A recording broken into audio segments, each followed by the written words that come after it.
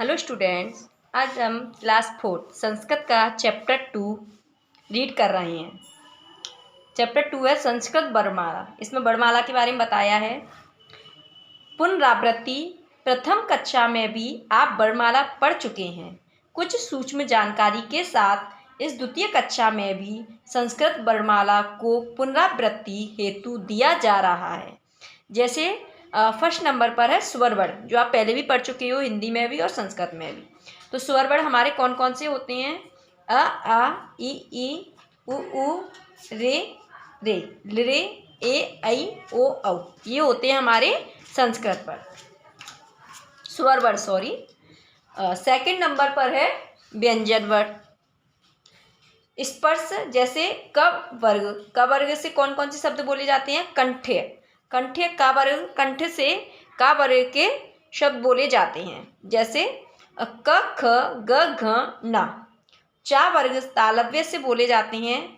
च छ ज झ न। ट वर्ग मूर्धन्य ट ठ ड ढ न।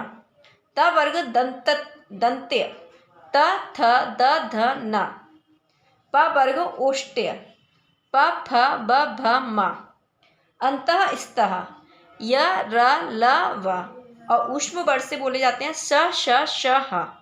और विसर्ग देवः अनुनासिक अनुस्वार से बोले जाते हैं ग्रामम। अंकी शब्द बोले जाते हैं।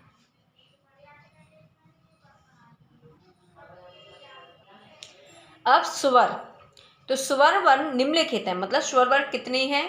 ह्रस्व स्वर कौन कौन से हैं? अ, ई, छोटा आ, छोटी ई, छोटा ऊ और छोटी री और लिरे। और दीर्घ स्वर है आपके बड़ा आ, बड़ी ई, बड़ा ऊ, रे। और मिश्रित स्वर हैं आपके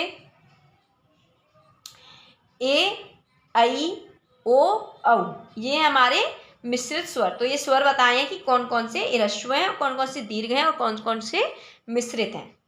अब इधर ध्यान दें, ऋ स्वर का दीर्घ रूप प्राप्त नहीं होता है तथा दीर्घ रे का प्रयोग भी संस्कृत में बहुत कम ही मिलता है। मतलब इस जो री है, इसका रे दीर्घ बड़ी री का जो प्रयोग है वो संस्कृत में बहुत कम होता है।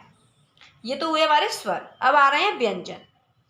तो व्यंजन ध्वनियों को निम्नलिखित वर्गों में रखा गया है। अब व्यंजन ध्वनियों को कौन कौन से वर्गों में रखा गया है? देखो, 25 स्पर्श वर्ण होते हैं, 4 अंतःस्थ होते हैं, 3 ऊष्म होते हैं, 1 विसर्ग। उदाहरण जैसे बालकः, इसको विसर्ग बोलते हैं, तो विसर्ग बालक पे लग गया बालकः।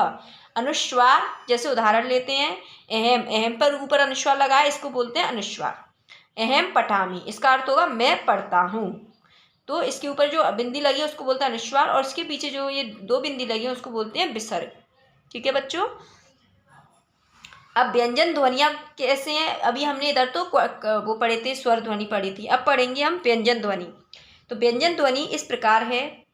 उच्चारण स्थान, जैसे कंठ्य का वर्ग का उच्चारण स्थान क्या है? क ख ग घ न। तालव्य चा वर्ग का उच्चारण स्थान क्या है? च छ ज झ न। ट वर्ग मूर्धन्य, मूर्धन्य यानी टा वर्ग ट ठ ड ढ न। फिर दंत्य त वर्ग त थ द ध न। फिर ओष्ट्य प वर्ग प फ ब भ म।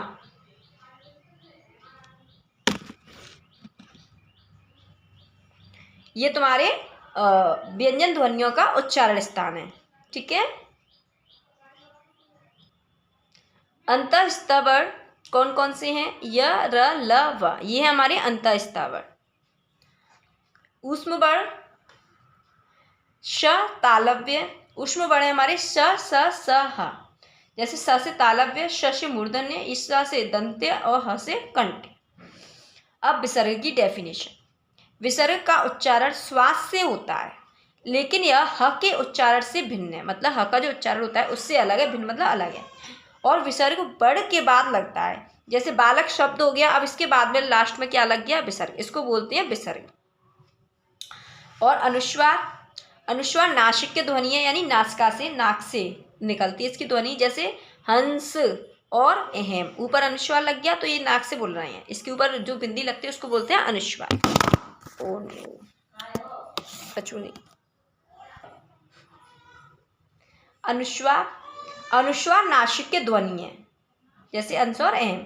कभी कभी स्वरों का उच्चारण नासिका से भी होता है। नासिका यानी कभी कभी कोई शब्द ऐसे होता है जो नासिका के द्वारा बोला जाता है। तो इस तरह ये आपका संस्कृत का सेकंड चैप्टर कंप्लीट हुआ। इसके क्वेश्चन आंसर मैं आपको नेक्स्ट वीडियो में भेज दूँगी। Thank you.